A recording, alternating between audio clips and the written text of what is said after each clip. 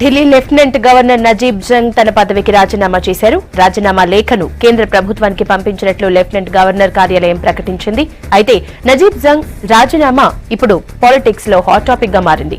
కేంద్రపాలిత ప్రాంతంలో గవర్నర్ ను లెఫ్టినెంట్ గవర్నర్ గా పిలుస్తారు. సాధారణంగా కేంద్రపాలిత ప్రాంతాల్లో ప్రజలు ఎన్నుకున్న ప్రభుత్వాలు ఉండవు కాబట్టి లెఫ్టినెంట్ గవర్నర్లకు ఎక్కువగా అధికారాలుంటాయి. ఢిల్లీలో ప్రజలు ఎన్నుకున్న ప్రభుత్వం ఉంటుంది, కానీ కొన్ని విషయాల్లో మాత్రం లెఫ్టినెంట్ గవర్నర్ కి ఎక్కువ అధికారాలు ఉంటాయి.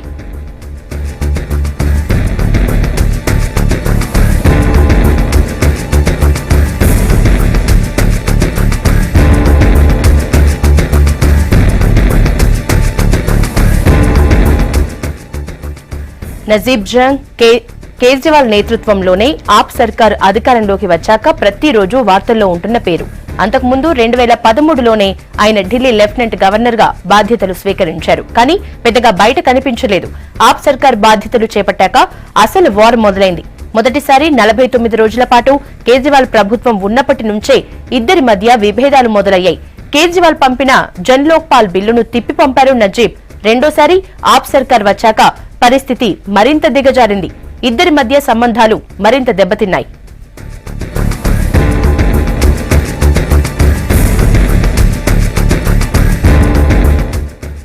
అప్డేట్స్ భరత్ అందిస్తారు. భరత్, జంగ్ రాజీనామాకు కేజ్రీతో గొడవలే కారణం అనుకోవచ్చా? యశోద, ఆయన రాజీనామా లేఖలో అయితే ఎటువంటి కారణం చెప్పలేదు. రాజీనామా లేఖలో కేవలం ఒకటి చెప్పారు, ఆయన మళ్ళీ బోధనా వృత్తి వైపు వెళ్లే అవకాశం ఉంది. ఆయన నిజానికి బోధనా వృత్తి మీద ఆయన మనసంతా ఉందని చెప్పారు. బట్ ఖచ్చితంగా ఇంకా 18 నెలల టర్మ్ ఉంది. ఈ నేపథ్యంలో దేని గురించి రాజీనామా చేశారు చెప్పలేం, కానీ రోజు వివాదాలే ఎందుకని కూడా బహుశా భావించి ఉండొచ్చు. నిజానికి నజీబ్ జంగ్ అరవింద్ కేజ్రీవాల్ ఫస్ట్ టర్మ్ లో 49 రోజులు గొడవనే జరిగింది. ఆ తర్వాత ఇప్పుడు కూడా ప్రతిరోజు గొడవనే జరుగుతూ వస్తుంది. నిజానికి అన్ని రాష్ట్రాల గవర్నర్లు వేరు, ఢిల్లీకి లెఫ్టినెంట్ గవర్నర్ గా ఉండడం వేరు. ఎందుకంటే జనరల్ గా కేంద్ర పాలిత ప్రాంతాల్లో ఉండే గవర్నర్లను లెఫ్టినెంట్ గవర్నర్ గా పిలుస్తారు. ఎందుకంటే వాళ్లే ముందుండి నడిపించాల్సి ఉంటుంది. ఇప్పుడు అండమాన్ నికోబార్ దీవులు, లక్షద్వీప్ ఇటువంటి కేంద్ర పాలిత ప్రాంతాల్లో అసలు రాష్ట్ర ప్రభుత్వం కూడా ఉండదు, మొత్తం గవర్నరే అక్కడ పాలన చూసుకోవాల్సి ఉంటుంది. బట్ ఇక్కడ ఢిల్లీ విషయానికి వస్తే ఢిల్లీకి పూర్తి స్థాయి రాష్ట్ర హోదా లేదు, పరిమిత స్థాయిలో రాష్ట్ర హోదా ఉంది. అక్కడ ఎన్నికైన రాష్ట్ర ప్రభుత్వం ఉంది, కానీ రాష్ట్ర ప్రభుత్వానికి ఎన్ని అధికారాలు ఉన్నాయో సైమల్టేనియస్ గా లెఫ్టినెంట్ గవర్నర్ కూడా అన్ని అధికారాలు ఢిల్లీలో ఉన్నాయి. సో ఢిల్లీని ఒక టిపికల్ స్టేట్ గా మనం చెప్పాల్సి ఉంటుంది. ఎగ్జాంపుల్ తీసుకుంటే ఢిల్లీ పోలీసులు అన్నది రాష్ట్ర ప్రభుత్వ అధికార పరిధిలోకి రారు. రాష్ట్ర ప్రభుత్వ అక్కడ పోలీసుల గురించి కేజ్రీవాల్ కు ఒక్క అధికారం కూడా ఉండదు. But at the same time lieutenant governor కు మాత్రం పోలీసుల మీద, తర్వాత అక్కడ హాస్పిటల్స్ మీద, తర్వాత విద్యా వ్యవస్థ మీద, వీటన్నిటి మీద కూడా అధికారాలు ఉన్నాయి. సో ఒక టిపికల్ స్టేట్ గా ఢిల్లీని చెప్పొచ్చు. అయితే ఇంతకాలం ఏం జరిగిందంటే అక్కడ కేంద్రంలో కాంగ్రెస్ ప్రభుత్వం, రాష్ట్రంలో కాంగ్రెస్ ప్రభుత్వం, షీలా దీక్షిత్ సర్కారు కంటిన్యూస్ గా 15 years అధికారంలో ఉంది. 98 నుంచి 2013 వరకు. అప్పుడు ఎటువంటి సమస్యలు రాలేదు. బట్ ఎప్పుడైతే కేజ్రీవాల్ అధికారంలోకి వచ్చారో అప్పటి నుంచి అధికార పరిధి గురించి చాలా సమస్యలు వస్తూ వచ్చాయి. రోజు ఏదో ఒక పంచాయతీ వీళ్ళిద్దరి గురించి. దానికి తోడు ఎన్డీఏ ప్రభుత్వం అధికారంలోకి వచ్చిన తర్వాత ఢిల్లీలో 1 సంవత్సరం పాటు రాష్ట్రపతి పాలన ఉన్న టైంలో, రాష్ట్రపతి పాలన అంటే మొత్తం గవర్నర్ పాలనే. సో లెఫ్టినెంట్ గవర్నర్ గా నజీబ్ జంగ్ మొత్తం చక్రం తిప్పారు.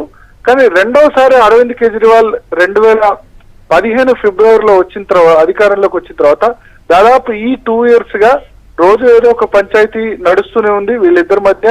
ముఖ్యంగా ఈ అధికార పరిధిల విషయంలో చివరికి కోర్టులకు కూడా వెళ్లే విషయం జరిగింది. కేజ్రీవాల్ ఏమన్నారంటే నజీబ్ జంగ్ పూర్తి బీజేపీ ఏజెంట్లా వ్యవహరిస్తున్నారు అని ఆయన విమర్శలు చేశారు.